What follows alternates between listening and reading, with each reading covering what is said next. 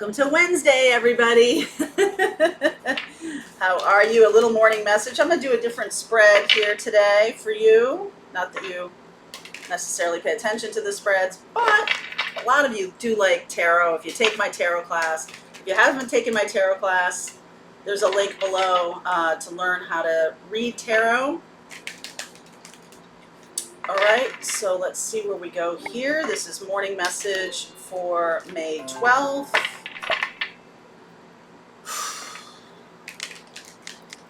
Tonight, I channeled a twin flame message. What is the twin flame energy in 2021? Might want to catch that. Okay.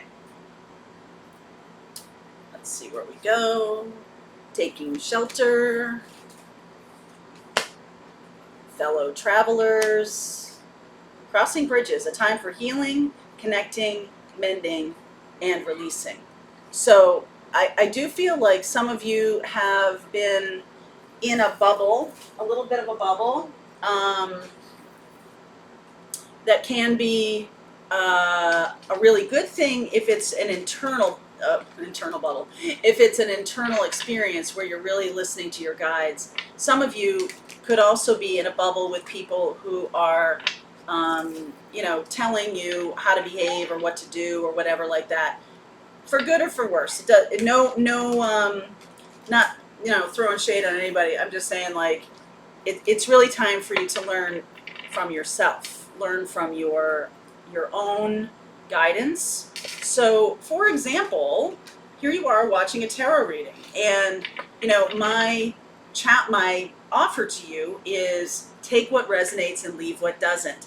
So that's your part of this relationship is you and I work together, whereas I'm channeling a message that's coming through, and your job is to determine if it's meant for you. Okay, and so my job is to help you sort of exercise the muscles of your own intuition. That's part of my job. Okay, so let's see where we go here. Come on now. All right, there we go. I'm in Florida. Let's see here. Yeah. Ace of Swords, Fool, Six of Wands, my darling. This one's having a hard time. Six of Wands. You could be having a hard time winning. I mean, maybe you feel like every time you get into a situation and it's not what you want it to be, you leaving it feels like a failure or something. So Queen of Cups, Ace of Pentacles, King of Cups. Look at that. Justice, Devil energy, Seven of Wands, Sun, Two of Cups. My. Nine of Pentacles, Page of Cups. Outcome is High Priestess.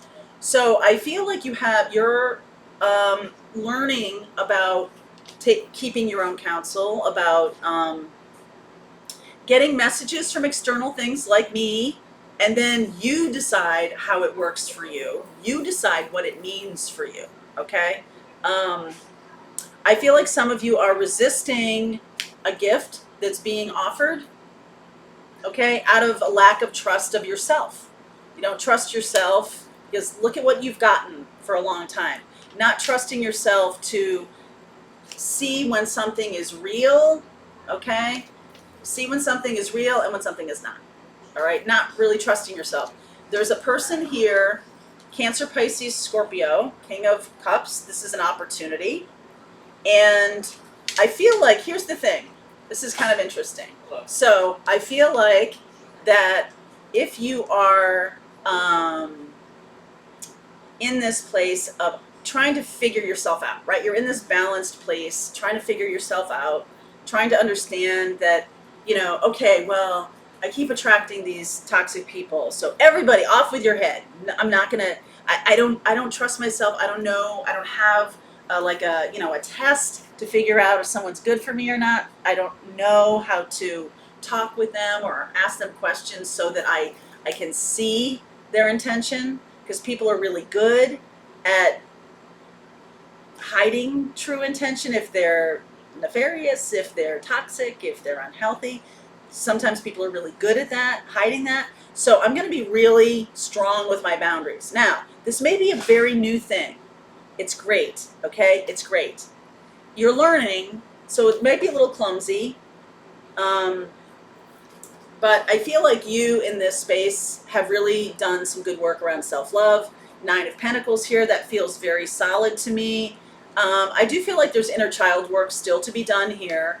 And so there's this kind of resistance, all right, when this King of Cups comes calling.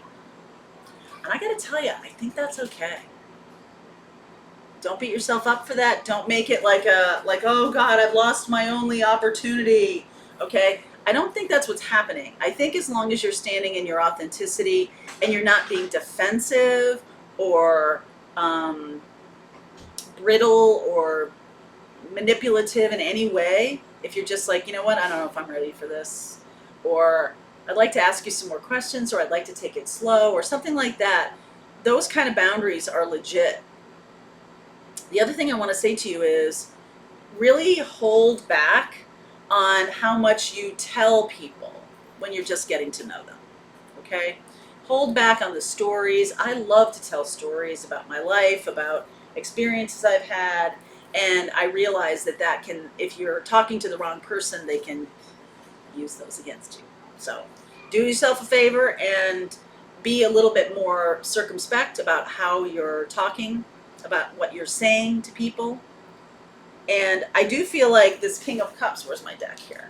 I do feel like this King of Cups is let's see, please clarify the King of Cups for me. Ace of Cups, King of Pentacles, 5 of Pentacles, Page of Pentacles. I feel like this person has learned some tough lessons, okay?